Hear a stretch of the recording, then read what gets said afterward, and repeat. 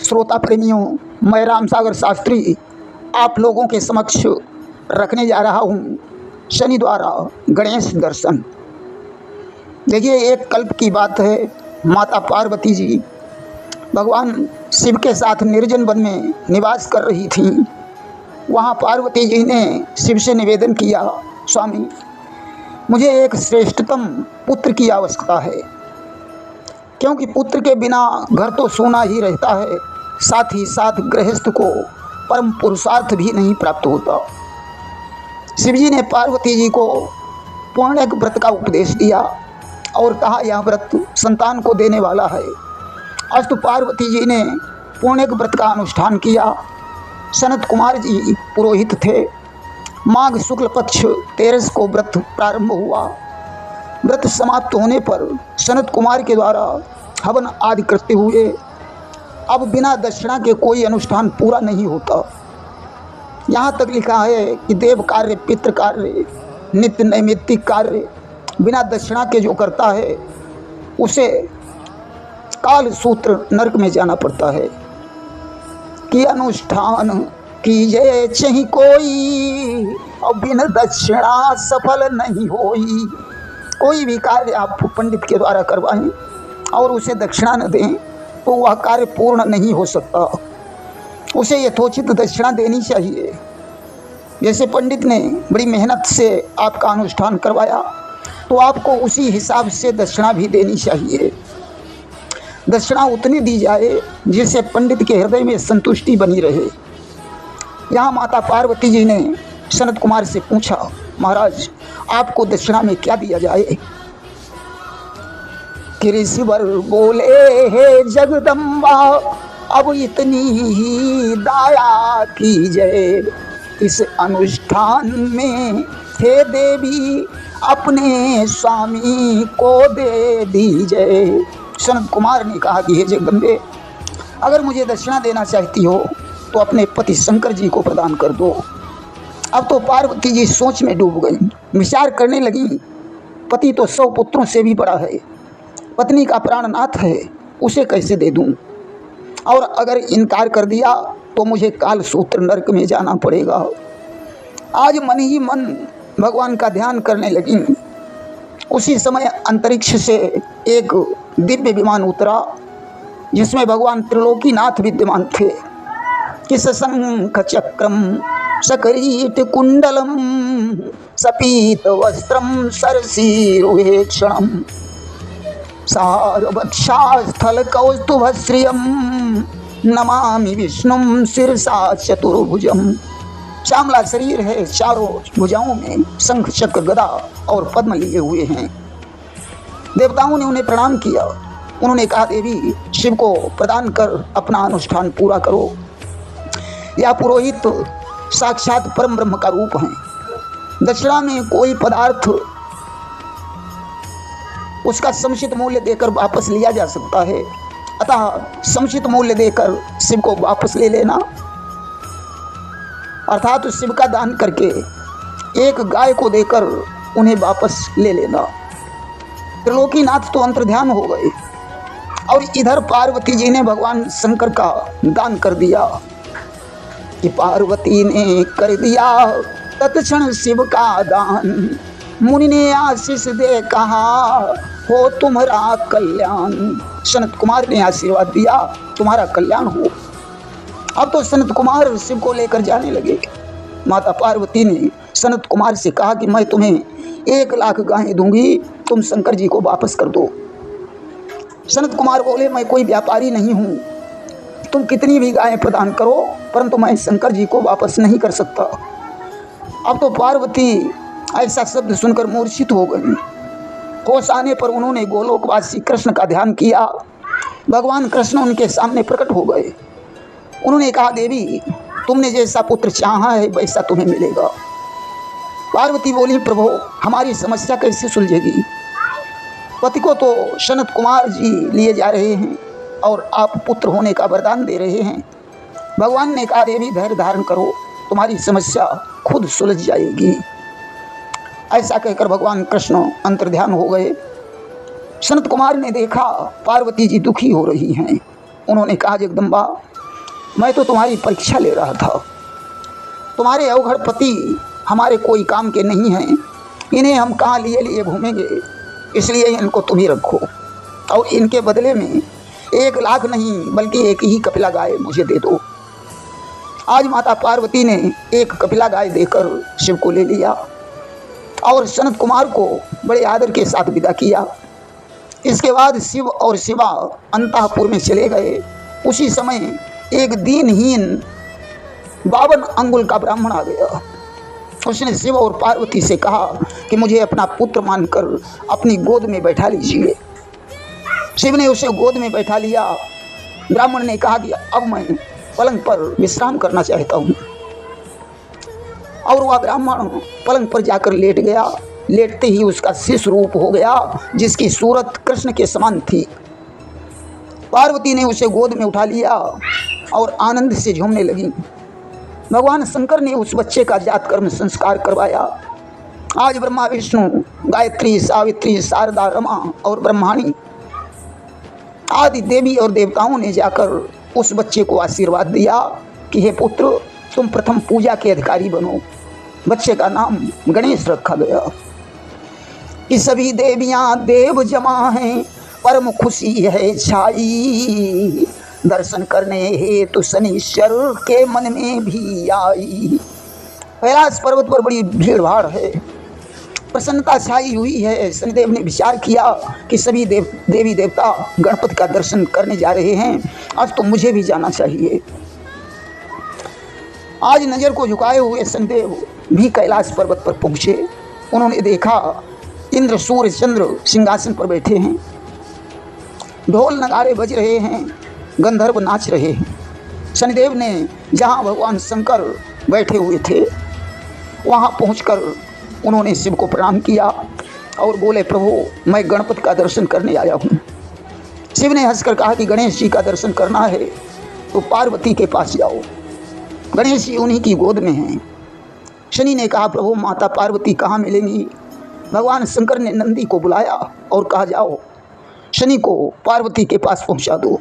नंदी शनिदेव को लेकर चलने लगे, परंतु उन्होंने शनि से कहा कि देखो वहाँ सामने माता का भवन है, द्वार पर विशालाक्ष भगवान का चित्र बना है, वहाँ मंद गति से जाना और बच्चे पर कुदृष्टि नहीं डालना।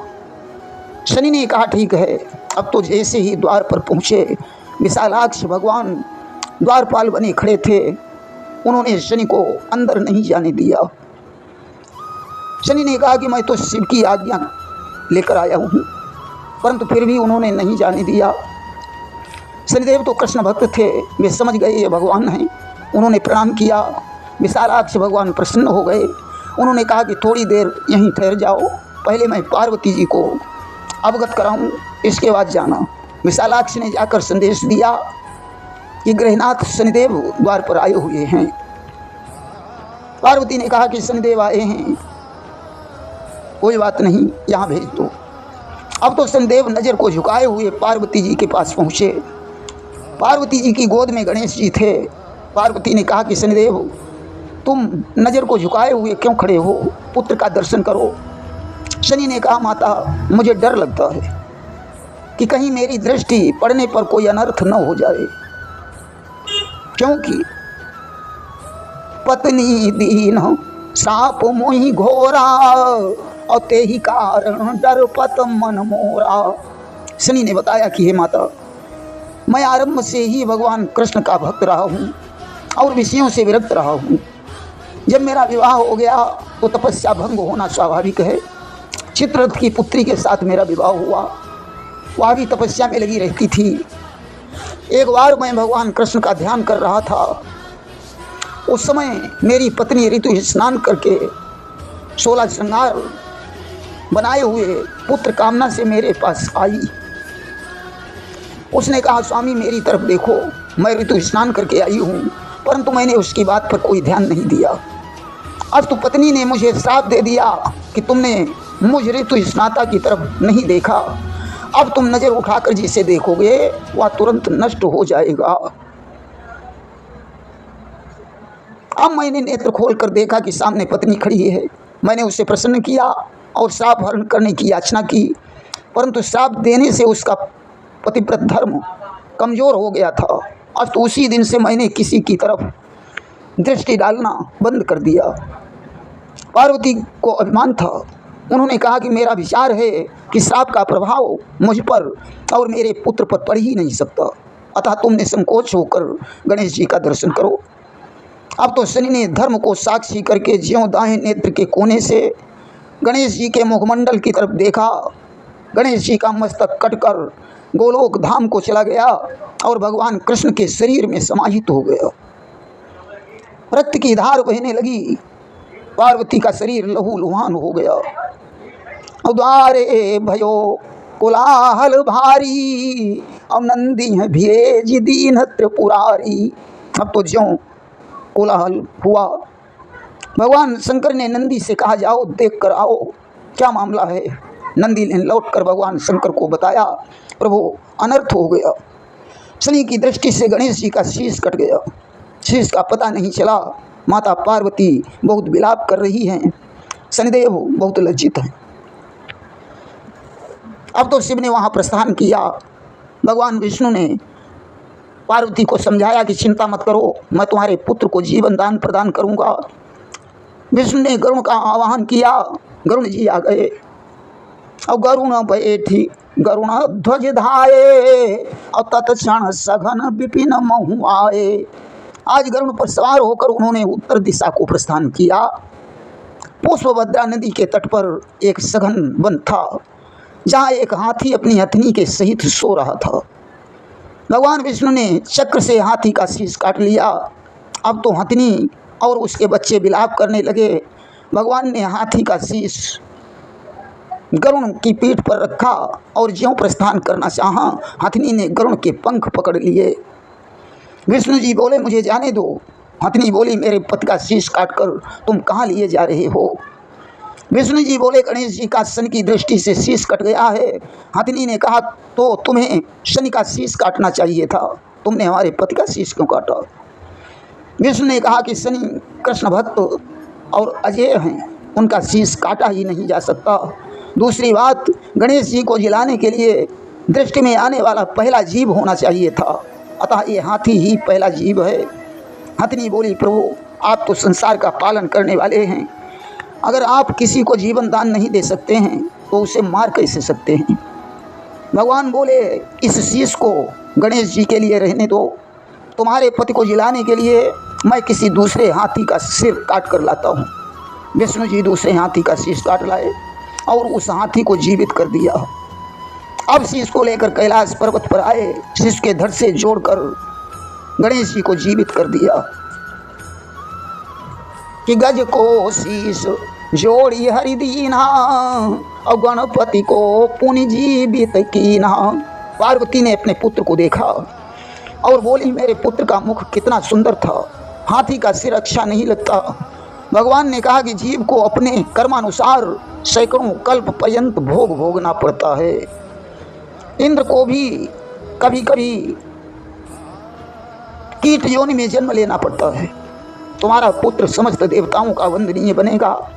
ऐसा कहकर कौस्तुभ मणि उतार कर गणेश के गले में डाल दी। ब्रह्मा ने मुकुट पहनाया, धर्म ने रत्नों की माला प्रदान की, परंतु शनि को पार्वती जी ने क्षमा नहीं किया।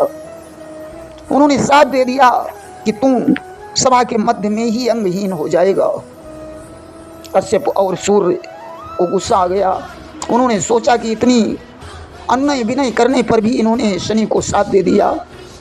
आज सूर्यदेव आगे बढ़े। उन्होंने कहा कि गिरिजे, तुमने हमारे पुत्र को अंगहीन होने का श्राप दिया, इसलिए मैं भी तुम्हें श्राप दे दूंगा। यमराज को भी गिरिजा पर क्रोध आया।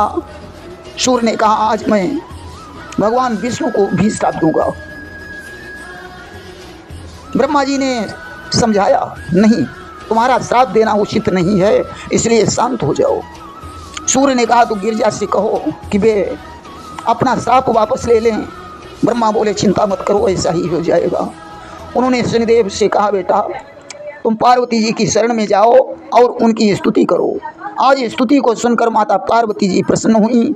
उन्होंने शनिदेव से कहा कि आज से तुम्हारे ऊपर कोई संकट नहीं आएगा, और अगर आया भी तो मैं दुर्गा बनकर तुम्हारी रक्षा करूंगी।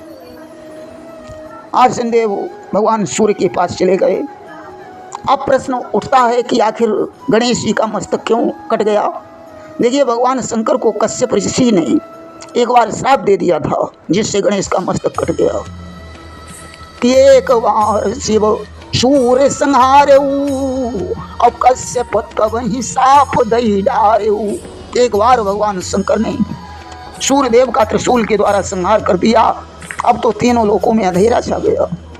कश्यप पुत्र के वियोग में विलाप करने लगे। उन्होंने क्रोधित होकर भगवान शंकर को श्राप दे दिया कि तुमने जिस प्रकार हमारे पुत्र का वक्षस्थल विदीर्ण किया है, उसी प्रकार तुम्हारे पुत्र का मस्तक भी किसी दिन छिन्न हो जाएगा। यह सुनकर शिव को कश्यप पर क्रोध आया। वे उन्हें श्राप देने को उद्यत हुए। ब्रह्मा जी ने मना कर दिया। उन्होंने कहा कि विधान में जैसा लिखा है वैसा ही होना है। अब सूर्य को जीवन दान दो, प्रजा त्राही त्राही कर रही है। आज भगवान शंकर ने सूर्य को जीवन दान दिया। अब तो कश्यप ऋषि के श्राप के कारण गणेश जी का शीश छिन्न हुआ। इसमें शनिदेव का किंचित मात्र भी दोष नहीं है। अब प्रश्न आता है कि आखिर वह हाथी कौन था जिसका शीश काट कर विष्णु जी लाए थे। बताया जाता है कि एक बार इंद्र पृथ्वी पर भ्रमण कर रहे थे। दुर्वासा ऋषि ने उनका सम्मान करने के लिए इंद्र के गले में पारिजात की माला डाल दी। उन्होंने ऐरावत हाथी को पहना दी। ऐरावत ने माला पैरों से कुचल डाली।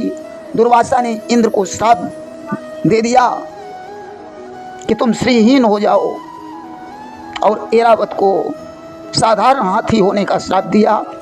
और यह भी कहा कि जब तेरा शीश विष्णु जी काटेंगे तब तुम पुनः ऐरावत हाथी बन जाएगा। अब तो ऐरावत ने पृथ्वी पर जन्म लिया। शीश कटने पर उसे असली रूप प्राप्त हो गया। प्रेम से बोलिए गणेश भगवान की जय।